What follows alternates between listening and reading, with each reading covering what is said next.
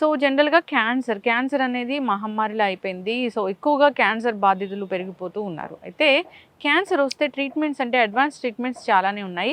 అంతేకాదు సనాతన వైద్యము, ఇక కొన్ని రకాల హోమ్ రెమెడీస్ ఇవి కూడా బాగా పనిచేస్తున్నాయని చెప్తూ ఉన్నారు. సో దీనికి farmer cricketer and politician Navjot Singh Siddhu గారి వైఫ్ 4th స్టేజ్ క్యాన్సర్‌ని జయించడానికి ట్రీట్మెంట్ సమయంలో రకరకాల హోమ్ రెమెడీస్ అనేవి పాటించారు.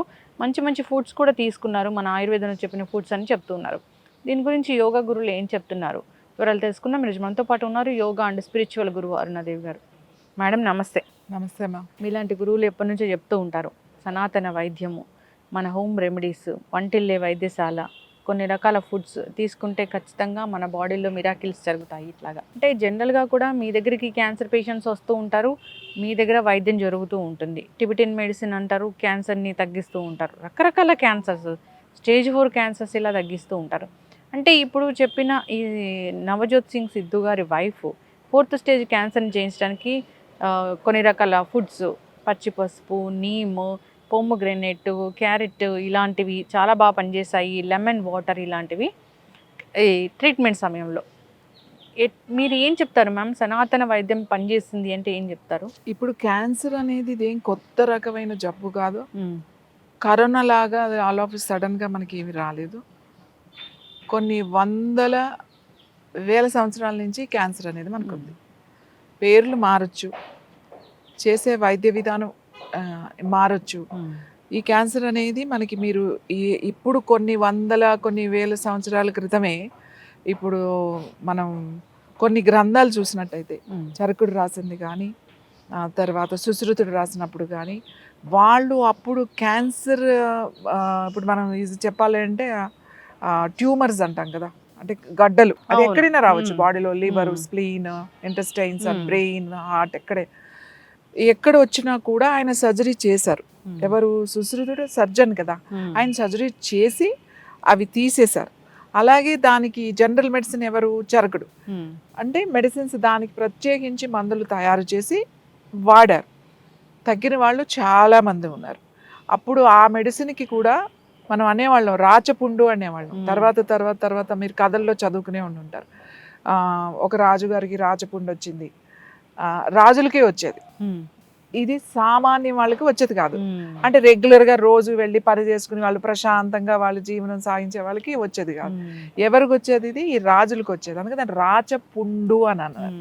ఎందుకు రాజులకి వచ్చేది ఇది అని అంటే, వాళ్ళు రోజు అంటే ఆ ఒత్తిడి కదా, వాళ్ళు ఒక రాజు రాజ్యాన్ని పరిపాలించాలి అని అంటే ఎన్ని టెన్షన్స్ ఉంటాయి. ఒకరికి శిక్ష వేయాలి, ఎవరు యుద్ధం చేయాలి, తర్వాత కాపాడుకోవాలి, ప్రొటెక్ట్ చేయాలి, లా అండ్ ఆర్డర్, తర్వాత ప్రొటెక్షన్, ఇంక ఎవ్రీథింగ్.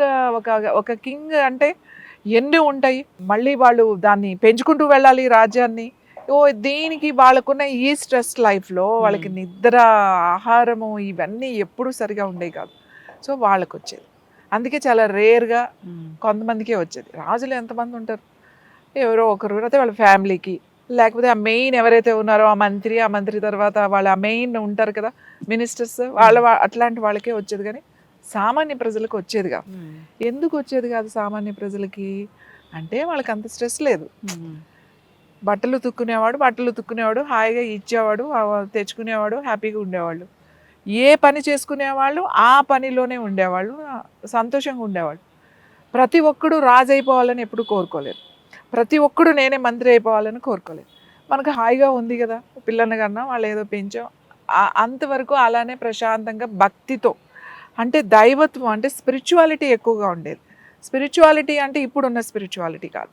అప్పుడు స్పిరిచువాలిటీ అంటే రెస్పెక్ట్, సెల్ఫ్ రెస్పెక్ట్, నీకున్న నీ పరిధిలోనే ఉండడం, అనవసరంగా వాళ్ళ దాంట్లోకి వెళ్ళకపోవడం, డిసిప్లిన్ అంటే క్రమశిక్షణ ఉండేది బాగా.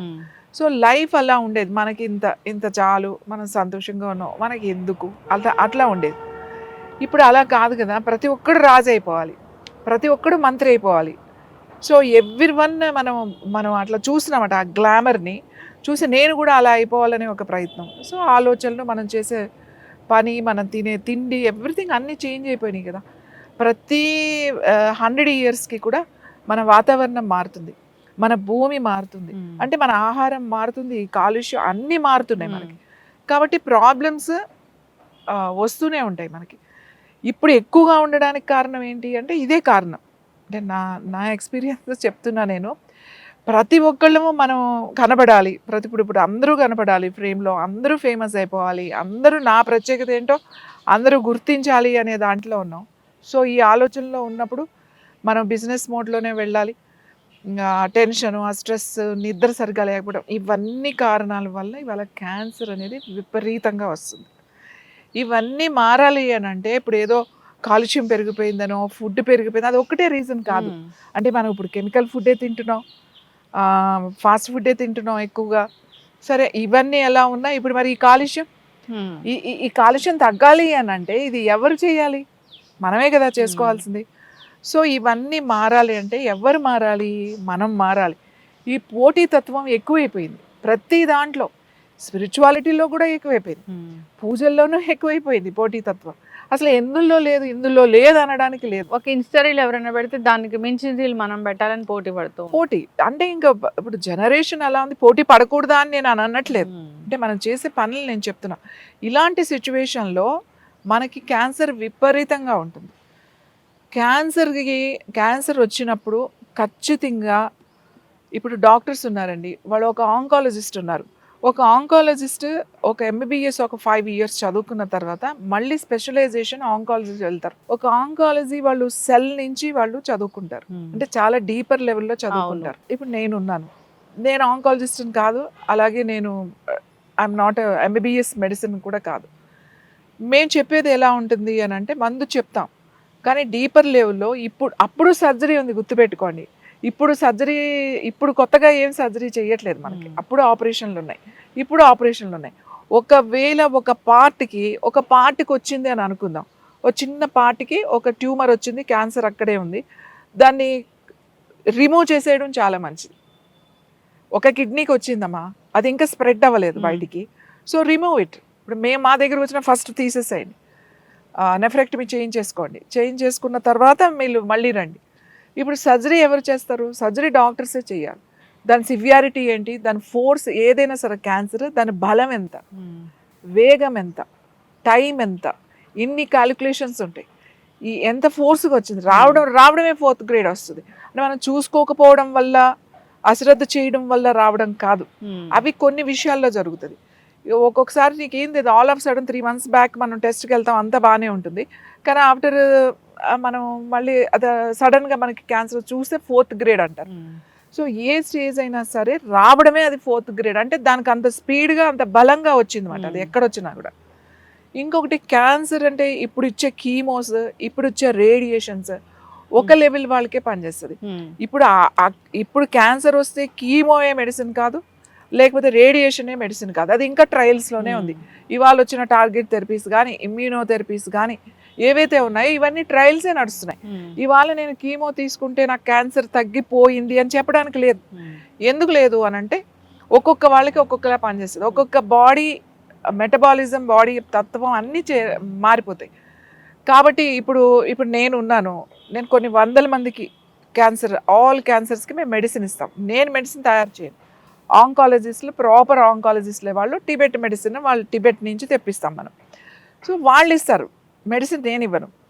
అయితే మేము ఇంతమందికి ఇస్తున్నాం కదా, అందరికీ ఒకలాగే పనిచేయదు.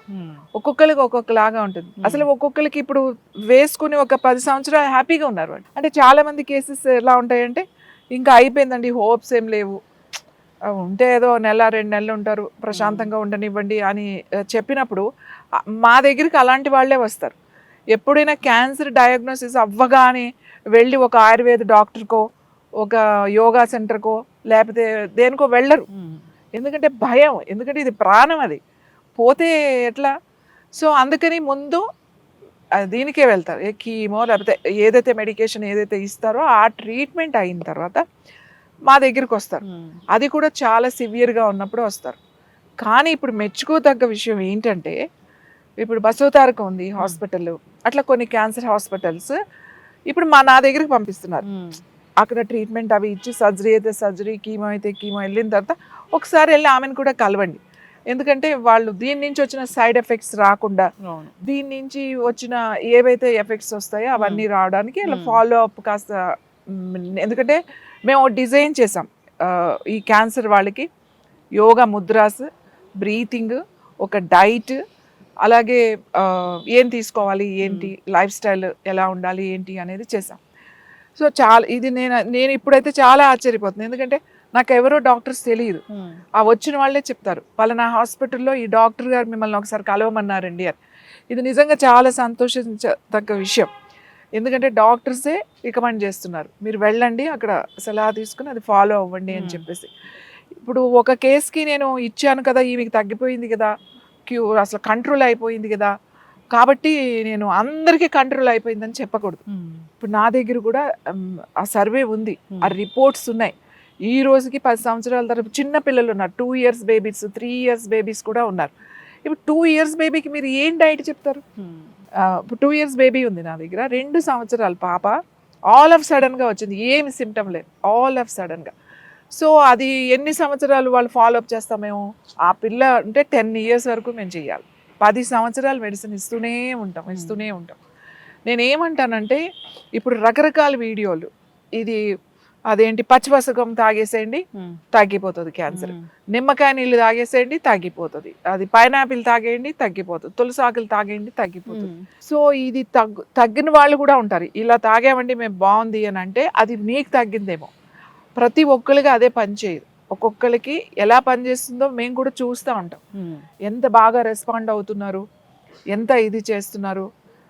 మేము పేషెంట్కి ఏం ఎక్స్ప్లెయిన్ చేస్తాము అని అంటే, మీరు ట్రీట్మెంట్, మీరు మా దగ్గరకు వచ్చారు, మీ డాక్టర్స్ ఇంకా ఇక్కడ వరకు మేము చేసాము, తర్వాత మీరు మీ ఇష్టం అని అన్నప్పుడు మీరు నా దగ్గరకు వచ్చారు. సో మీరు ఫస్ట్ నేను చెప్పినట్టు వినండి, ఇంకా మీకు ఆల్రెడీ మీకు ఏం చెప్పారు, ఇంకేమీ లేదు మేము చేయాల్సింది చేసాము అని చెప్పారు. అంటే ఏంటి, ఇప్పుడు నా దగ్గరకు వచ్చిన తర్వాత నేను చెప్పినట్టు మీరు వినాలి, నేను ఏం చెప్తానో అది ఫాలో అవ్వండి, మీరు స్ట్రాంగ్గా ఉండండి, ఉంటే హ్యాపీగా ఉండాలి, బాధపడుతూ ఉండకూడదు. ఎలాగో మీరు వెళ్ళిపోతారని చెప్పారు కదా, సో మీరు ఇప్పుడు ఈ ప్రయత్నం చేస్తే మీరు ఖచ్చితంగా ఉంటారని నేను చెప్తున్నాను, కాబట్టి చెయ్యండి.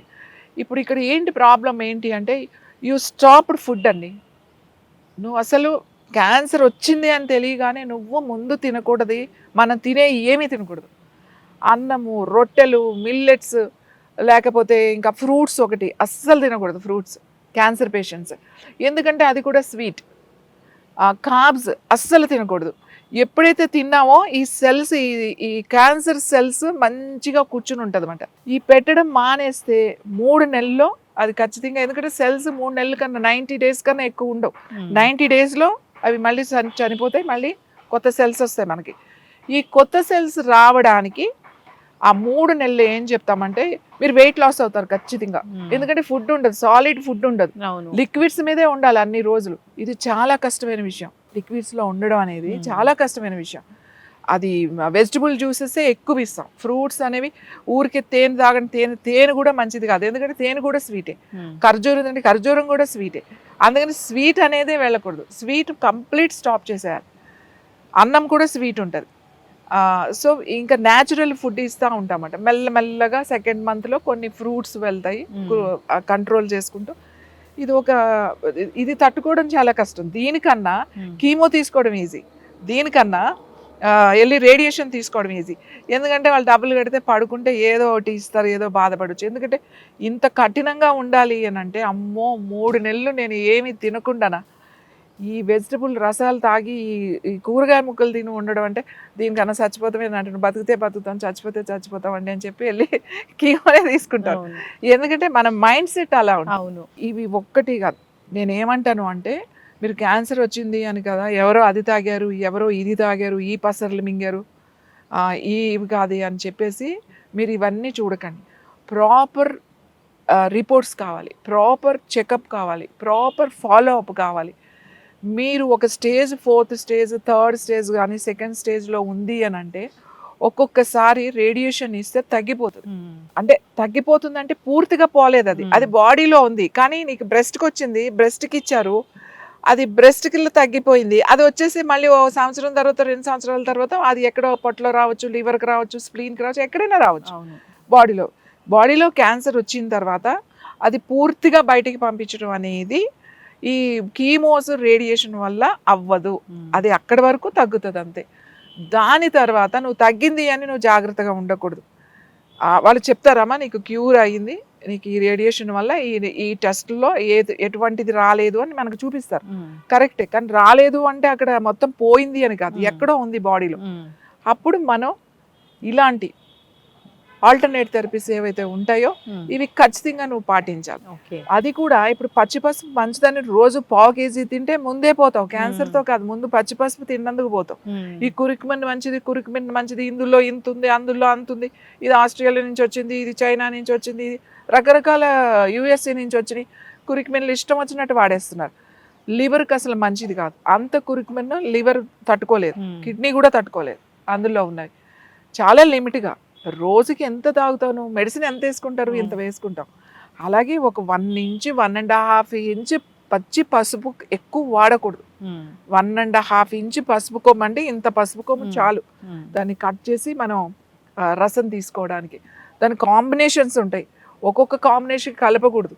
ఇప్పుడు పచ్చి పసుపు కొమ్ము లేకపోతే ఎన్ని మంచిదని అన్ని జ్యూసులు తీసుకుని తాగేస్తూ ఉంటారు, అలా తాగకూడదు. మనకి వేరే అదర్ ఇష్యూస్ వస్తాయి. ఏదైతే చెప్తున్నారో అవి కూడా చేయండి, కానీ మరీ మూర్ఖంగా వెళ్ళకూడదు. డాక్టర్స్ ఎవరు కూడా వాళ్ళు ఊరికే అంటే దాంట్లో బిజినెస్ ఉంది, 100% ఉంది. అలా అని చెప్పేసి అసలు ఇంకా అది వద్దే వద్దు అని నేను చెప్పను. కొన్ని కేసెస్ ఖచ్చితంగా తీసుకోవాలి. కానీ ఇక్కడ ఎందుకు ఆపమని చెప్తామంటే, ఇప్పుడు నువ్వు 1 సంవత్సరం తీసుకున్నావు తగ్గలేదు, 2వ సంవత్సరం తీసుకుంటున్నాం, 3వ సంవత్సరం తీసుకుంటున్నాం, 4 సంవత్సరాలు ఒక తీసుకుని అసలు అది బాడీ ఎలా తిట్టుకుంటుంది? కీమో 4 years తీసుకుని ఇప్పుడు 4th year నా దగ్గరికి వచ్చిన వాళ్ళు ఉన్నారు, క్యాన్సర్, స్టమక్ కార్సినోమా అది. ఇప్పుడు అది తీసుకుని ఏమైపోయినాయి అంటే ఇంటెస్టైన్స్, ఇప్పుడు ఇంటెస్టైన్స్ కూడా ఆపరేషన్ చేయాల్సి వచ్చింది, దాన్ని కట్ చేయాల్సి వచ్చింది.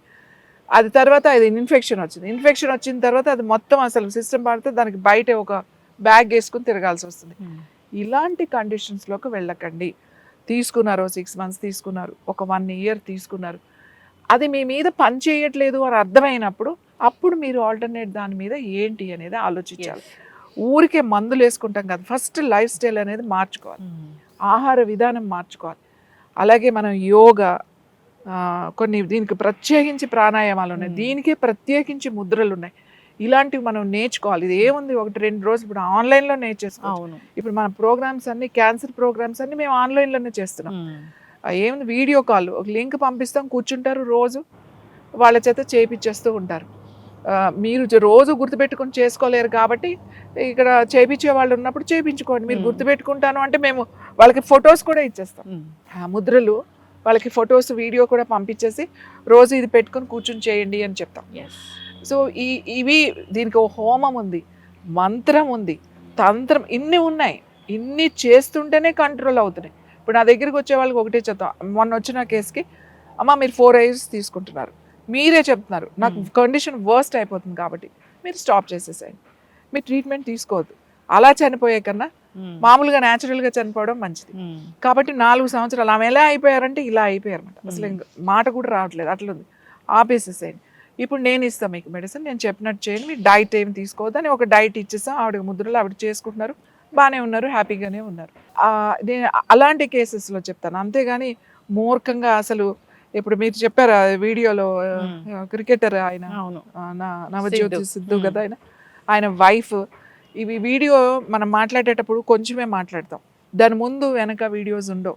అసలు ఎలా డయాగ్నోసిస్ అయ్యింది, డయాగ్నోసిస్ అప్పుడు ఏం చేశారు, ఏమేమి ట్రీట్మెంట్ తీసుకున్నారు, ఏం మెడికేషన్స్ మీద ఉన్నారు, ఎన్ని రోజులు ట్రీట్మెంట్ చేసుకున్న తర్వాత వీళ్ళు ఈ మందులు వాడారు, ఎన్ని రోజులు వాడితే రిజల్ట్ వచ్చింది, ఇది ఒకటే వాడారా, దీంతో పాటుగా ఇంకా వాళ్ళు వేరే మెడికేషన్ కూడా ఉందా, ఇవన్నీ ఉండాలి కదా. ఇవన్నీ ఉండకుండా ఊరికే కాకరకాయల రసం తాగండి, అదేంటిది గుమ్మడికాయల జ్యూసులు తాగండి, లేకపోతే పచ్చి పసుపుతో మనం ఒకవేళ వేసేస్తే క్యాన్సర్ తగ్గిపోతుంది అనుకుంటే ఇప్పటికి తగ్గాలిగా అందరికీ, మరి ఎందుకు తగ్గట్లేదు?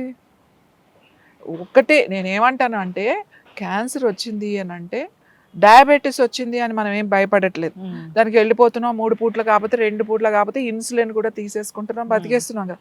క్యాన్సర్ కూడా అంతే, కానీ స్టేజెస్ దాన్ని బట్టే ఉంటాయి మనకు వచ్చేటప్పుడు. ఇప్పుడు చూడండి, రిపోర్ట్లో 4th stage అని ఉంటుంది, రిపోర్ట్ చూస్తే భయంకరంగా ఉంటుంది, ఏంటి పేషెంట్ ఇంత ఘోరంగా ఉంది అని. మనిషి చూస్తే ఏముండదు, ఎలా ఉన్నారమ్మా మీరు అంటే బాగున్నానమ్మా, నాకేం లేదు, మంచి నిద్రపోతున్నా, తిన్నది అరుగుతుంది, అంతా బాగుందమ్మా అనుకో. రిపోర్ట్స్ చూస్తే పేషెంట్ పరిస్థితి ఇలా ఉండదు. ఒక్కొక్కసారి రిపోర్ట్స్ నార్మల్గా ఉంటాయి, అంటే పెద్ద ఎఫెక్టివ్గా అనిపించవు, కానీ మనిషి చూస్తే చాలా ఘోరంగా ఉంటారు, అసలు నడవలేని పరిస్థితి. చాలామంది చెప్తారు, మేము నడవలేమమ్మా, తీసుకురాలేము పేషెంట్ని, కాబట్టి మేము ఆన్లైన్లోనే మాట్లాడతారు, వీడియో కాల్లో మాట్లాడతారు అని చెప్తారు. రిపోర్ట్ చూస్తే అంత ఎఫెక్టివ్గా అనిపించదు.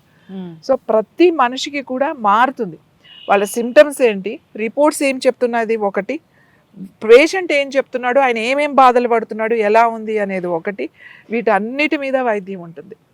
అంతేగాని వీడియోలు మూర్ఖంగా మీరు అదే వాడేసేసి దీంతోనే నా క్యాన్సర్ తగ్గిపోయింది అని అంటే అది ఏమన్నా ఒకరికి తగ్గిందేమో, లేకపోతే 10 మందికి తగ్గిందేమో, 100 మందికి అయితే తగ్గలేదు కదా. డిఫరెంట్ ఎవరో కొన్ని వేల మందికి, కొన్ని లక్షల మందికి ట్రీట్మెంట్ తీసుకుంటే ఒక్క వీడియో అయినా బయటకు వచ్చింది కదా. అలా ఓ 100 వీడియోలు మనకు రాలేదు కదా. ఓ 200 వీడియోలో 100 వీడియోలో వచ్చినాయి అనుకోండి, ఎస్ ఫాలో అయిపోవచ్చు, ఏముంది, ఒక్క వీడియోయే వచ్చింది ఇన్ని ట్రీట్మెంట్స్ ఇస్తుంటే. కాబట్టి నేను ఏమంటానంటే మనం ఆలోచించుకోవాలి, పేషెంట్ పరిస్థితి ఏంటి, ఆయన దేంతో బాధపడుతున్నాడు ఏంటి అనేది కంగారు పడకుండా జాగ్రత్తగా ఆలోచించి మనం దాన్ని ప్లాన్ చేసుకుని సరైన ఎక్స్పర్ట్ దగ్గరికి వెళ్ళి కూర్చుని మాట్లాడితే ఒక మంచి సలహా ఇస్తారు. రకరకాల డైట్లు చెప్పేసి నేను ఈ డైట్ చేసేసేయండి అయిపోతుంది అని అంటే అది అవ్వదు. నేను ఇప్పుడు 15 ఇయర్స్ నుంచి మేము ఈ క్యాన్సర్కి మెడిసిన్ ఇస్తున్నాం. 15 ఇయర్స్ నుంచి మేము ఎంతోమంది, మేము కొన్ని వందల మందిని చూసాం, వాళ్ళ రికార్డ్స్ కూడా మా దగ్గర ఉన్నాయి. అందరూ ఒకలాగా ఉండరు, ప్రతి ఒక్కళ్ళు ఒకలాగా ఉంటుంది, కానీ మనం చేసే దాంట్లో ఎక్కువ పర్సంటేజ్ రిజల్ట్ ఎక్కువగా ఉంది. కాబట్టి ఇది బాగుంది, ఇది సేఫ్ అని మాత్రమే చెప్తాం. ఖచ్చితంగా మ్యామ్, చాలా చక్కగా చెప్పారు. ఏది మనము మూర్ఖంగా వెళ్ళకూడదు, మనిషి ప్రాణాలు అవి. సో ఒక జబ్బు వచ్చిందంటే దానికోసం ఎంత బాధపడుతూ ఉంటారో, ఎంత పెయిన్ ఉంటుందో. సో మోడర్న్ మెడిసిన్ మంచిది. సో దాంతోపాటు రకరకాల ఆల్టర్నేటివ్ థెరపీస్ ఉన్నాయి. సో వెళ్ళే ముందు మనకు అవగాహన ఉండాలి. సో ట్రీట్మెంట్ అయ్యాక మనం రికవర్ ఎలా అవ్వాలి, దానికోసము మనము ఆల్టర్నేటివ్ మెడిసిన్ని సంప్రదించవచ్చు. హర్బ్స్ మంచివి, మన వంటిల్లి ఔషధశాల ఓకే, కానీ దాన్ని ఎలా వాడుకోవాలి, ఎంత మోతాదులో వాడుకోవాలి, ఇవే మ్యాజిక్ చేస్తాయి, ఇవే పూర్తిగా తగ్గిస్తాయంటే మీరు చాలా చక్కగా చెప్పారు. డిఫరెంట్ మెటబాలిజం ఉంటుంది, సో ఒక్కొక్కరిది ఒక్కో తీరుగా ఉంటుంది బాడీ. చక్కటి ఇన్ఫర్మేషన్ మ్యామ్, అందరు కూడా ఆలోచించాలని కోరుకుందాము. ధన్యవాదాలు.